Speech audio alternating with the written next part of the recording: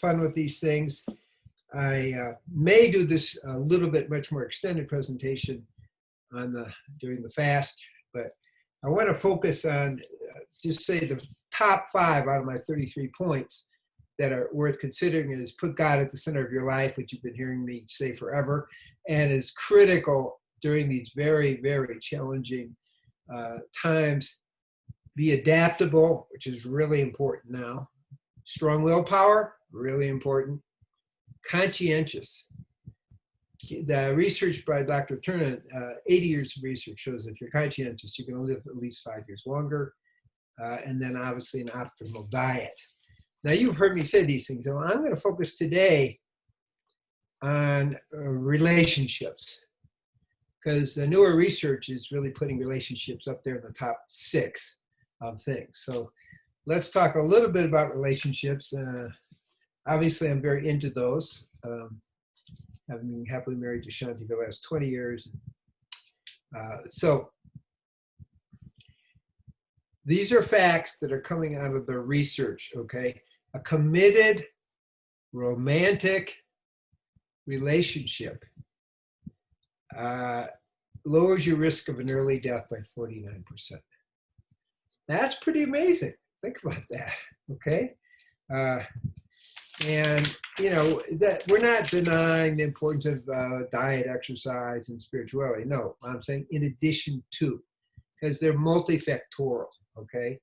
Now, the other thing the research shows, that if you have a network of friends, again, you're going to decrease the likelihood of early death by 45%. These are high percentages, okay? So one of the main things we can do for a long, healthy, and happy life, because you want to be happy as well, is have a committed romantic relationship. Now, I have a lot of science, I do a lot of things, but the truth is, as you'll see in my book, which hopefully is going to come out by October 3rd, passion and romance are very much part of a spiritual life, but also a life of joy and ecstasy. So I emphasize that. Okay, so committed romantic relationship. Wow, okay. And then the second most important thing in these series of studies is having a large social network of friends. Now, I got to qualify, again, it cuts down the risk of early death by 45%. So I have to kind of a little bit of qualify. And then a conscientious personality cuts it down by 44%. So conscientious means pay attention to details. Now, women are better at that than men, generally speaking. They also live a little bit longer than men. So they're finding a little bit of an overlap in that way. Now, another little fact is that comes out of the relationship is the stimulation of oxytocin, which is kind of what they call a cuddle hormone, but basically it's an elixir of youth, okay? And it does help with longevity, helps you grow brain cells. It's pretty important, and it's anti-inflammatory. And what they see is even, this is Journal of Science in 2015, even staring for a long time in the eyes of your dog will actually raise your oxytocin level, both in you and also the dog. So relationships can be with animals. It's a little bit more with humans, obviously. But we do know that our relationship with animals is very important. So, but their research shows, and this is a bunch of research, not just one paper, is that the best way to improve our chances of living long, they say living to 100, is marriage. So what do they say? Well, married people have a lower risk of heart disease, cancer, and Alzheimer's. Okay, that's pretty important just to get started. Okay, and if somebody has cancer, they have a 12 to 33% chance of surviving the cancer. So positivity is really what we're talking, well, it's part of what we're talking about. So William Shakespeare says, and the taming of the shrew, okay? He's being very shrewd, so to speak. Frame your mind to mirth and merriment, which bars 1,000 harms and lengthens life. So he already figured it out. Whoever he was, he figured it out. So it looks like being positive plays an important role in the overall thing. And actually, one of the practices that get recommended is think about positive things about your relationship. List 5 positive things. Create this kind of energy where, as you go around your house, as you think, hey, that's really positive. Hey, that's really positive. It all does make a difference, actually. Okay, put happy photos around the house. Things that make you feel good. Now, there's also friendships. So it's not just marriage. Friendships play a big role. And having just a few good friends is important, and checking in with them on a regular basis, every 1 to 2 weeks. One Japanese study showed that if you aren't really meeting with your close friends, it actually is worse for your health than even having, so that's an important.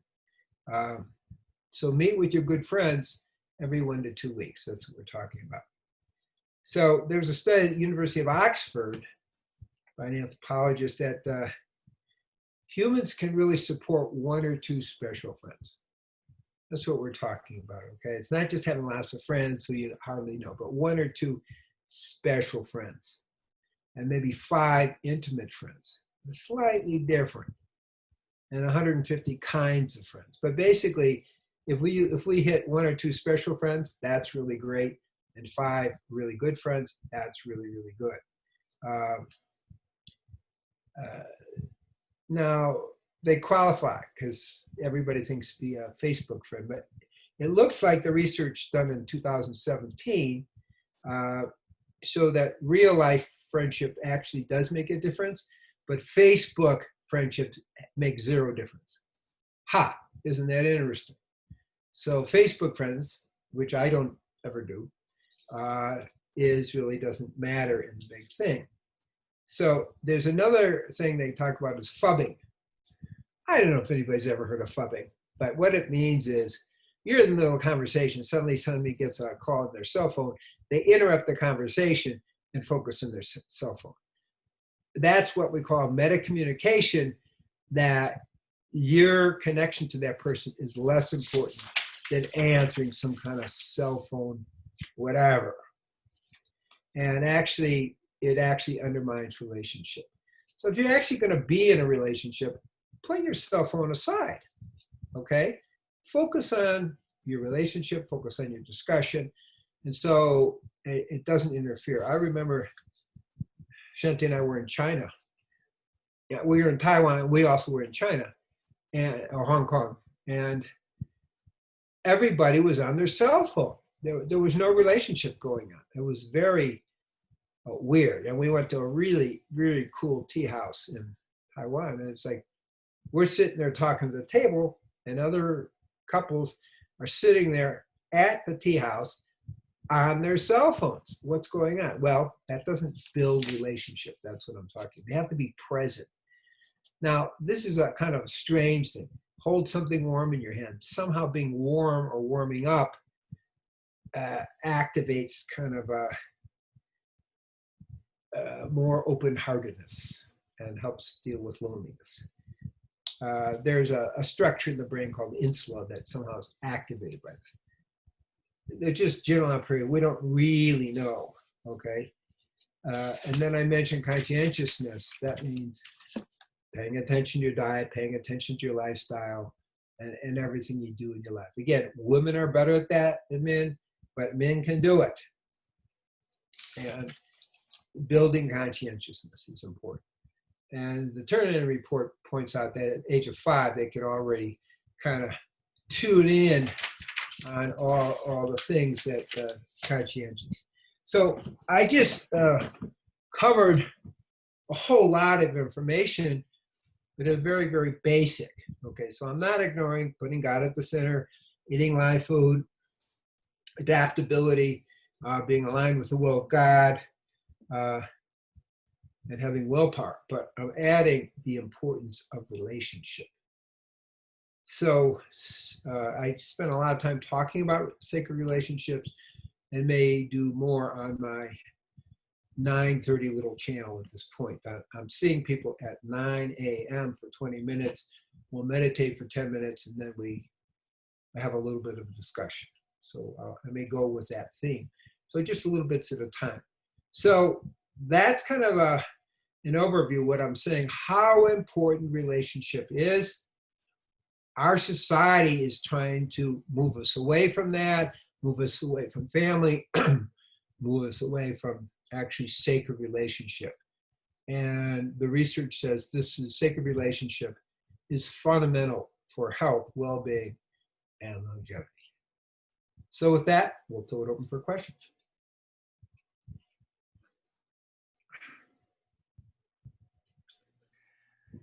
Okay, Rob, I've got some here.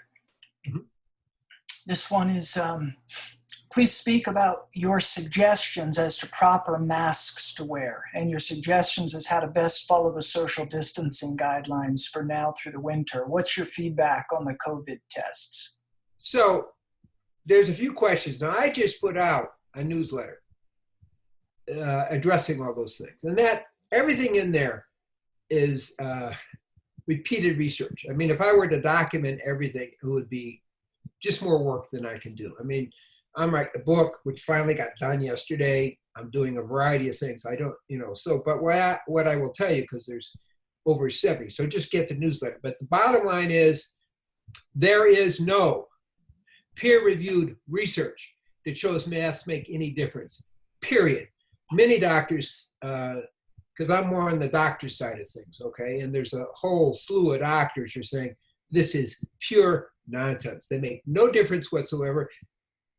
In protection, they make a negative difference because they decrease your oxygen by up to 20% and increase your CO2. What's the result?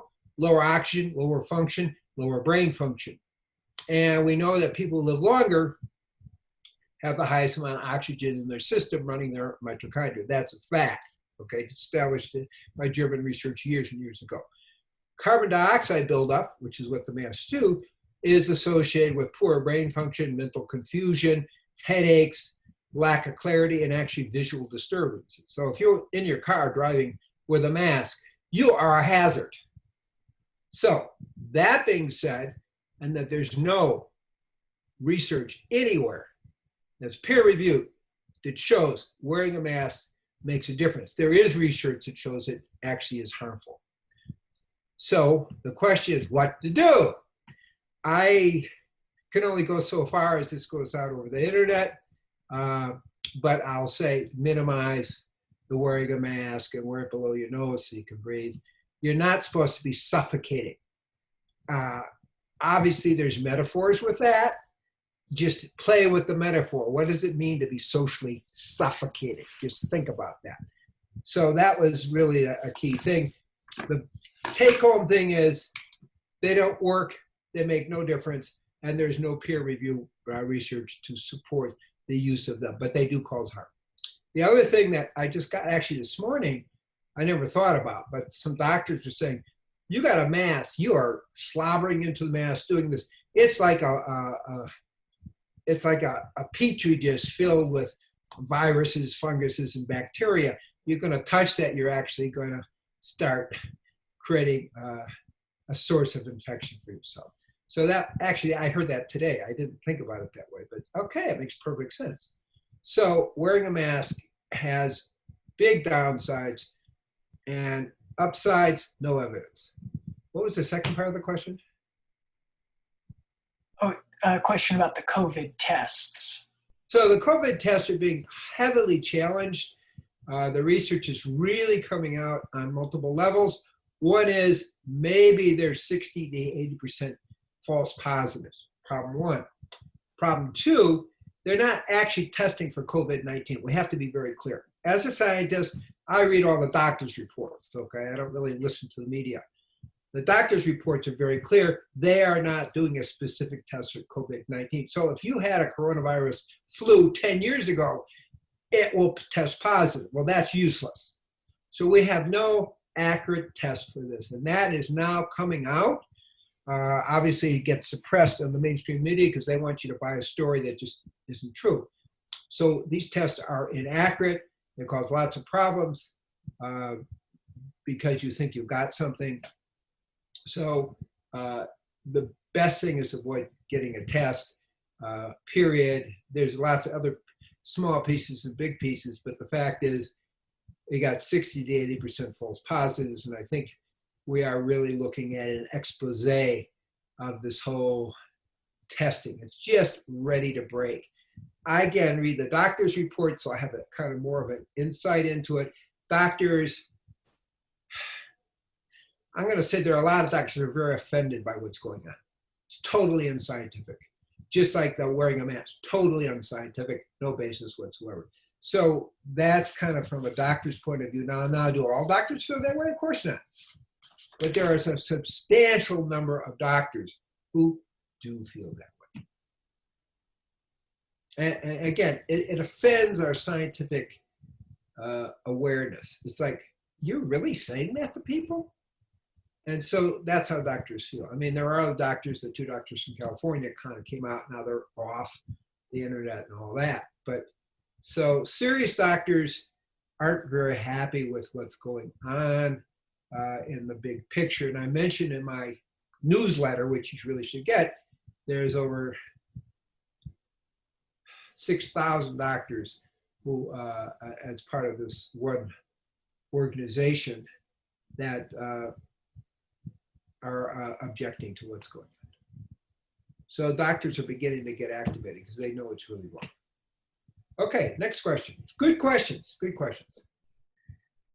This is on the topic you spoke of.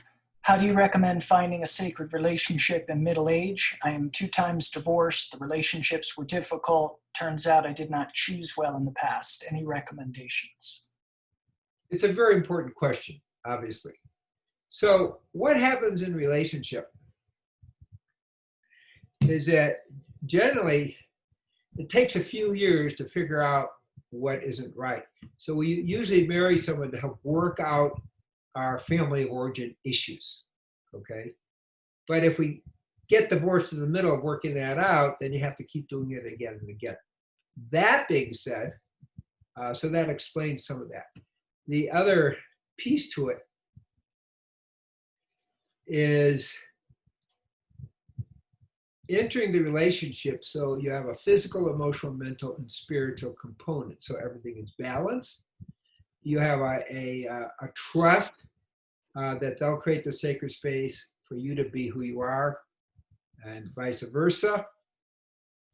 And being aware of, are you choosing somebody who's going to, again, help you begin to work through your family of origin issues? Or are you going to take it to a different level? Because relationships, sacred relationships, are like a microscope. What I mean by microscope is you see the beauty in the other person, but you also, your stuff comes up.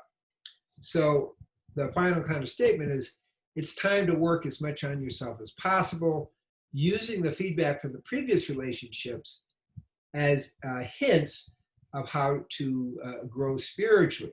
So what it is, if you want to be in a good relationship, you have to do a lot of work. It can't just be, I'll find somebody. You have to earn it by improving who you are, physically, emotionally, mentally, and spiritually. And then you automatically draw the person to you who resonates with that level. So you got to earn it. That's what I'm saying. You got to do the work on yourself. So it's a very important question. It's a question people ask me all the time. Okay, we have time for a few more. There's a question from the Zoom room. Go ahead, Lilia.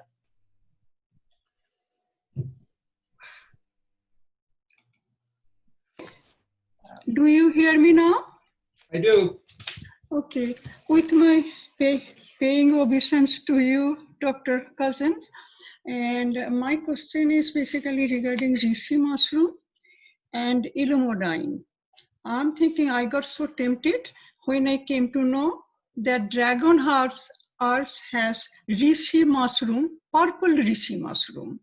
So I got very much tempted and I bought some purple reishi mushroom, and I thought that is going to help my upper chakras, particularly if I take before meditation, it will be helpful.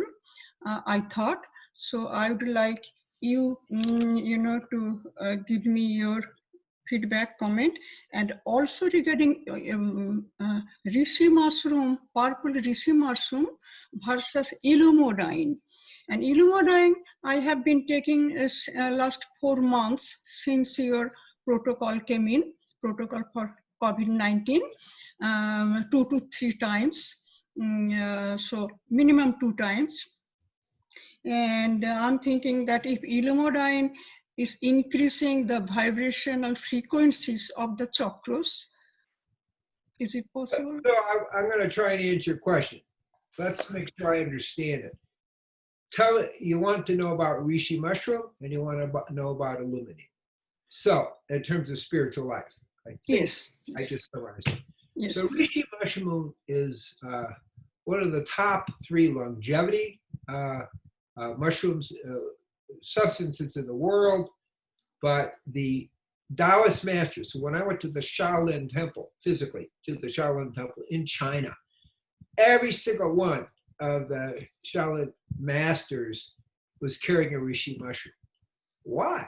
Well, because they discovered that it supports the mental and spiritual transformation at the higher levels. Okay, that's why. So there's a general consensus, that's my consensus too. Now, as we do more research on reishi mushrooms, it does make your brain work better.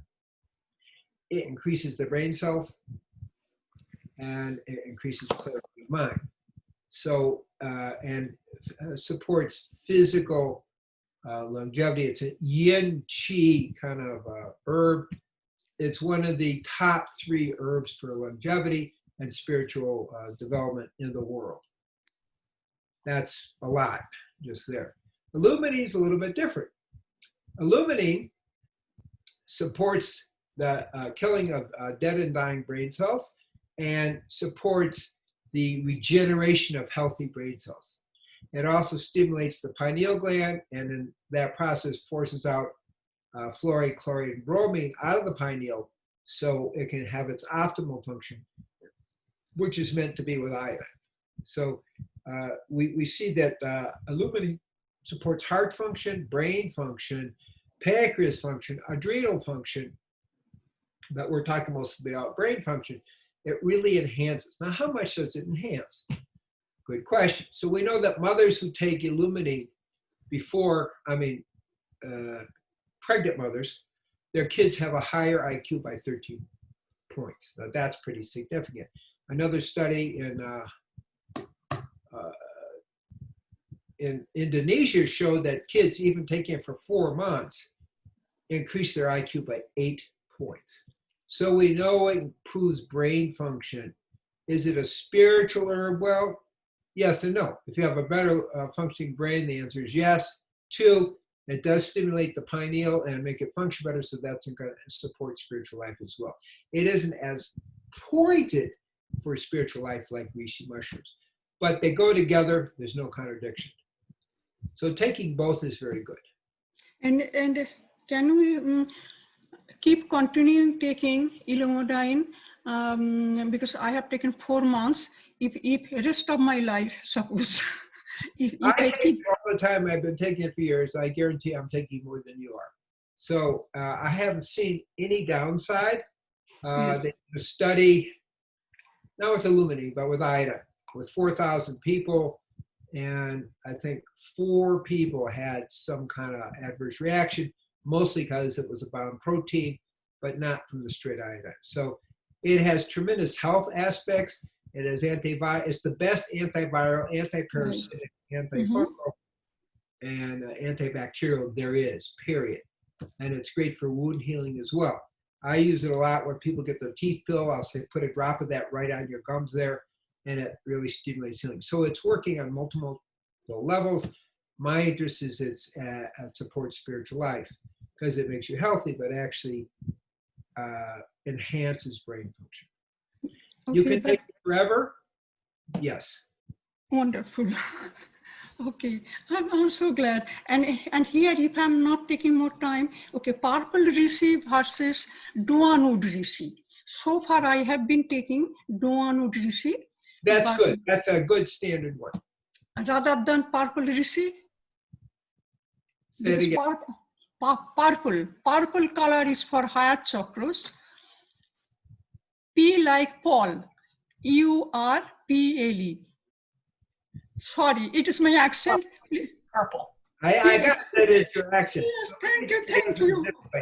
The rishi, we use the Donwood rishi. We have it organic, and so we get it in a particular place where it's been picked on site by not my people, but the people who do that. And that's Dragon Herbs, and I think that they have the best rishi around. That's where I would say. Okay. So, time for one more question before we go into meditation. Questions. These are great questions, actually. Go ahead. What dose of Illumidine would you recommend for children? Well, of course, it depends on the age, but I generally, and I haven't had any kids have trouble. I start with 1 drop a day and work up to 5 drops 3 times a day. You just have to watch how the kids do. But you have to just move carefully. That's all. And it's antiviral. So I'm going to also let you know it's reasonable. We don't have any proof because we don't have the research that it's going to protect you from all viruses. And since people are worried about viruses right now, that's a pretty good thing to take. Okay? Time for one more. Before we go to meditation. Any other questions out there? If not, we'll go to meditation. There's a question about your Native American lineage. Could you say a word about that? So I'm a 4-year sun dancer and eagle dancer. If you know about sun dance, you're dancing 4 days in the sun and so forth. And 3rd or 4th round, they put holes in your chest and attach you to the tree. Okay. Eagle dance, you're actually attached to the tree for all 4 days. You never leave the tree. There's a rope connected to the tree. You sleep there in the circle at night. It's called the eagle dance, and that's a little bit obviously more heavy. So my lineage really comes from my experience as a sun dancer and as an eagle dancer. And there are different clans. I was trained under Cam Night Chase, and who's connected with the High Horse clan, but it kind of goes deeper. But basically, the lineage goes back to Sitting Bull.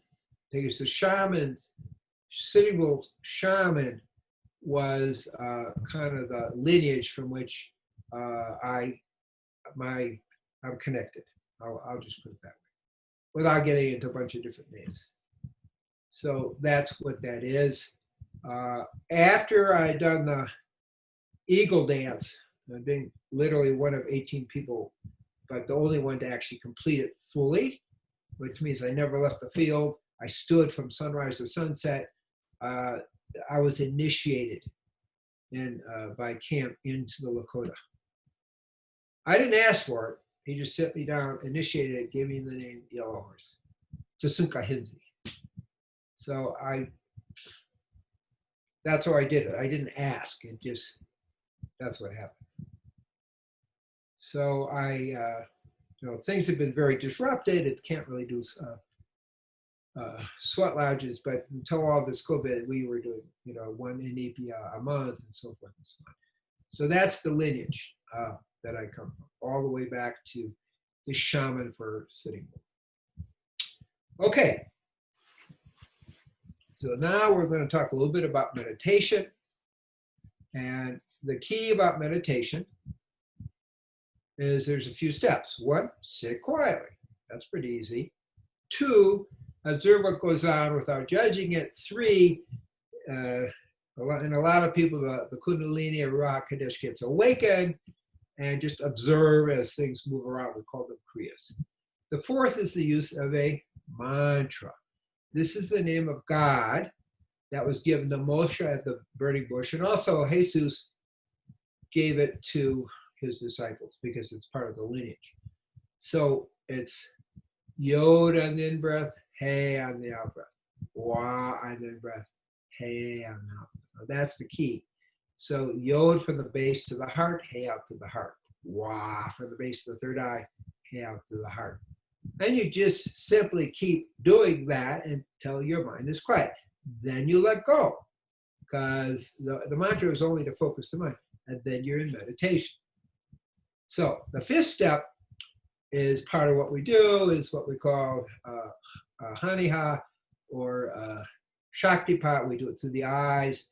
What I'm going to do, it's good, everybody's invited to do this, is we're going to put some music on. I'm going to dance for 3 minutes, and that kind of gets the energy going. In the Torah tradition, the idea is to dance and sing, and it does away with the evil decrees and all evilness in your life, and then you're kind of clear to be fully there for meditation. And then you just simply sit, repeat the mantra till your mind's quiet. Now, I will be doing what I call the fire power meditation, which is a way of healing the earth. So we'll go in it for a few minutes, and then I'll kind of give a guided meditation for a minute or 2 to help you do that. So that's the overall story of what we're doing. So that being said, I'm going to switch this over and go into the other room. So the thing, and we'll dance for 3 minutes. And I encourage you all to dance with me. And here we go.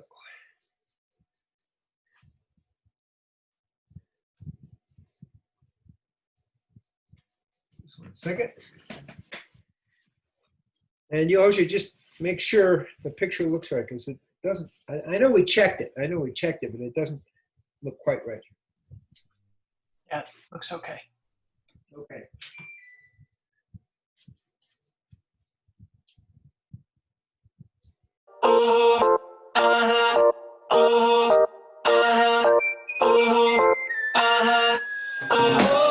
היי בוקר טוב, מה המצב? נו קומי מאוחר עכשיו, ברדיו מתנגן השיר שלנו, ואת כל כך יפה היום, בכל רחוב, בכל מקום, משהו טוב קורה איתה.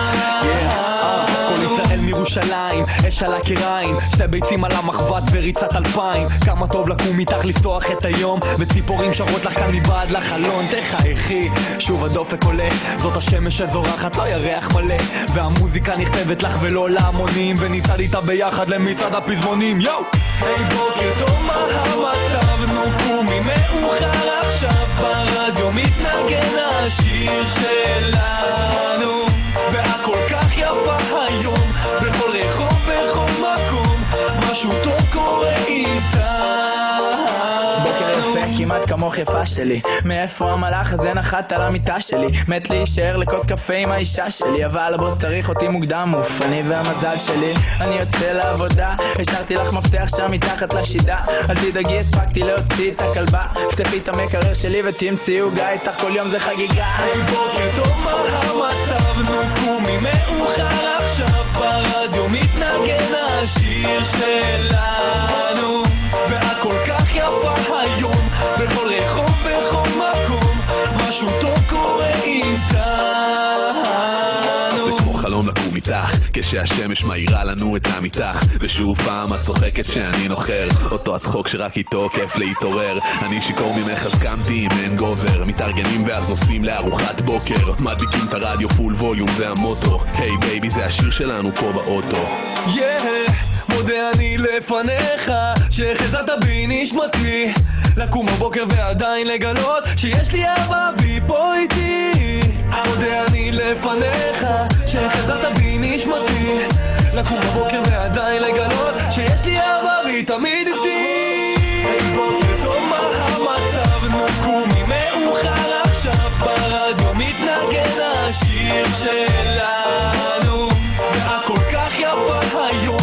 בכל רחוב, בכל מקום, משהו טוב קורה איתנו. היי בוקר טוב, מה המצב? נו קומי מאוחר עכשיו, ברדיו מתנגן השיר שלנו, והכל כך יפה היום, בכל רחוב, בכל מקום, משהו טוב קורה איתנו. עוצם עיניים, חולם שאת תבואי, סידרתי את הבית.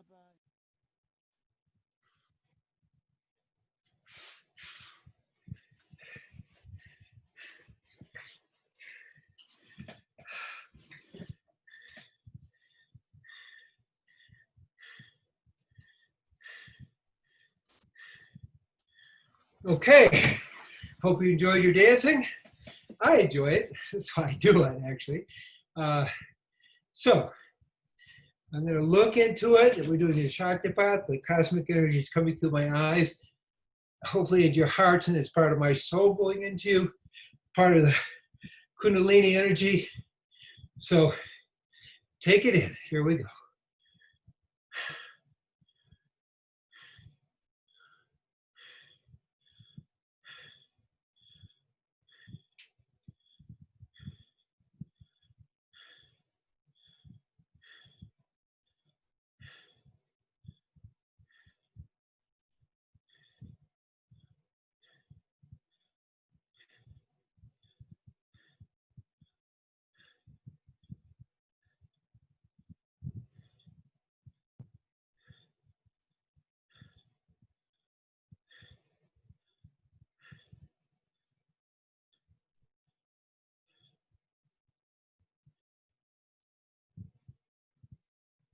Now we go into meditation with Yod, first letter out of the nothing. Yod.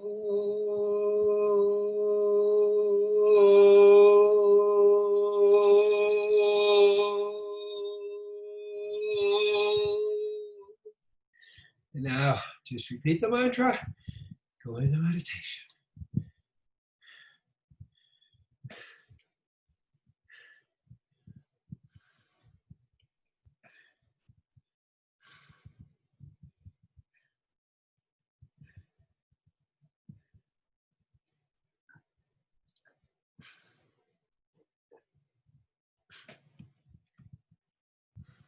We're going to meditate 15 minutes.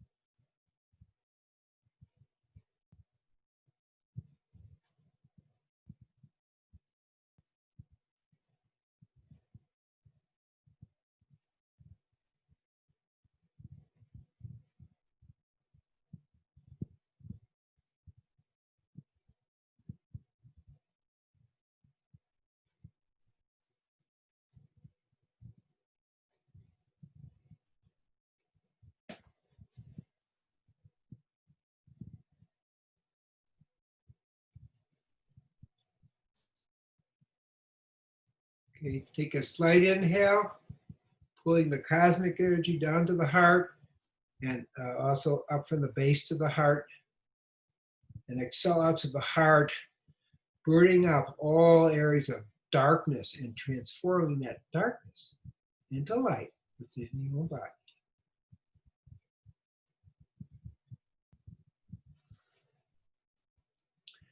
And now breathe in again, taking the cosmic energy in to your heart, And this time as we exhale, send that firepower of God around the planet, burning up and transforming all areas of darkness into light.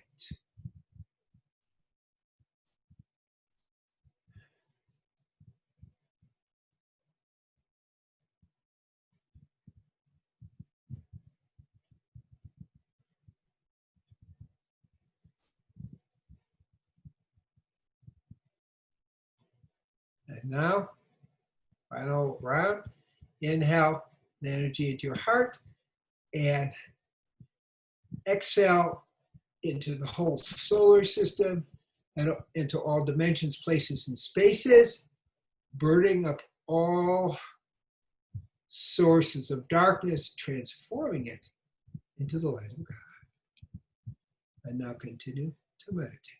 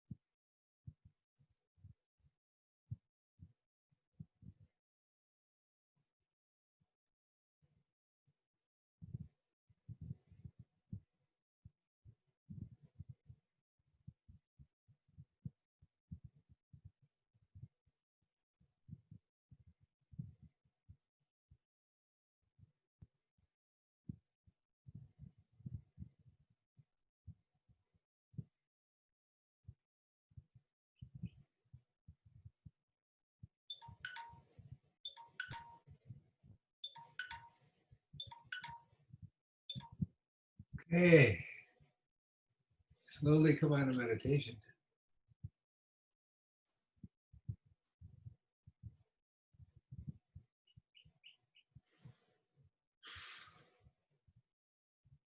Just take a moment and we'll have a little bit of sharing. I'll just kind of wait as you come out.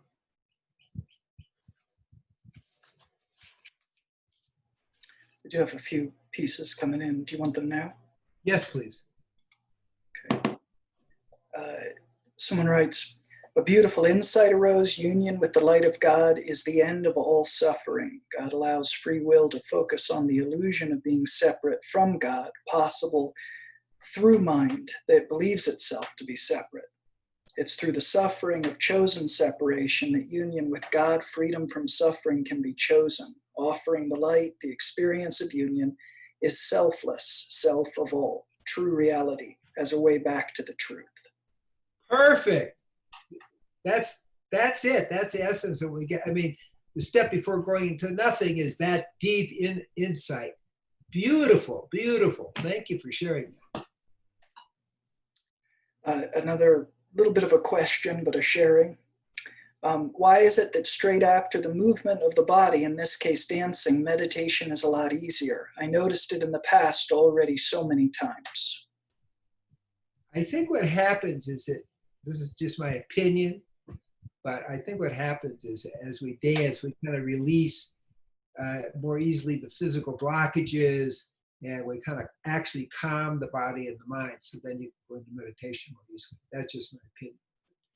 But song and dance are part of communing with God. So it says, approach God with love and joy. So when you dance, that love and joy starts to happen. So it kind of opens you up to having the God experience more directly. So those are two explanations. Good question.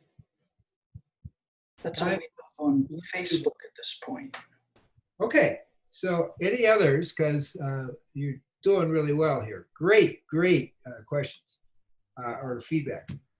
Just a lot of thank yous is what I see here.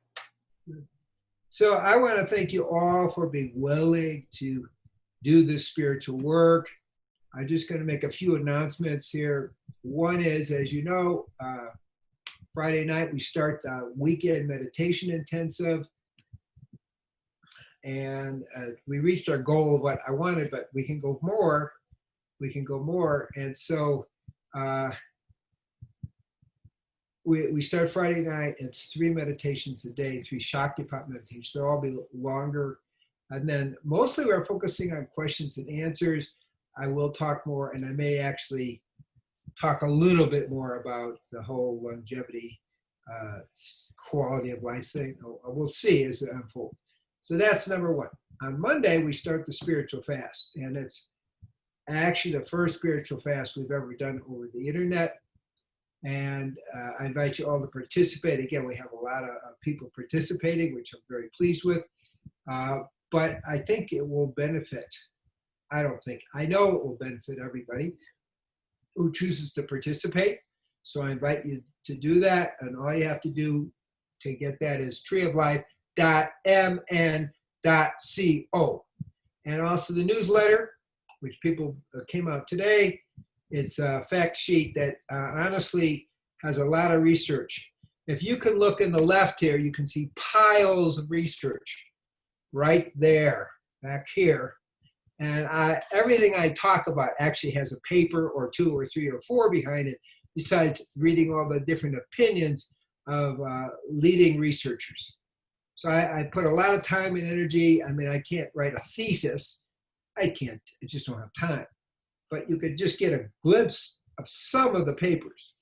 There's more than that, but that's some of the papers that I referred to in this particular newsletter. So everything is based on some sort of journal fact or some sort of information that's really publicly out there accepted. So that's available. Just get it again. Go to treeoflife.mn.co or drcousens.com. So with that in mind, I bless all of you. It's always good to share with you all. And now next week, we'll be in the middle of a fast. So we will not have the Thursday event. Okay, just too many things. Can't do it all. So we will have the fast, and that's a good way to be, participate in it. And then after that, we start up again. And I am starting, and again, it won't be during the fast, but we will be having the 9 o'clock kind of a 10-minute meditation and a little teaching afterwards after the fast. So that's going to be actually starting at this point in after July 28th, because they kind of overlap. So join the fast and you get all that information. Join the meditation retreat, you're going to get a lot of stuff. So that's what's happening. May you all be blessed in making it through this incredible Maya that's been thrown at us.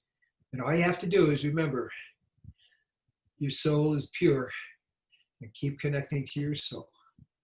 Peace be with you. Shalom, shalom, shalom. Om Shanti, Shanti, Shanti. Om Adakyalas. Aho.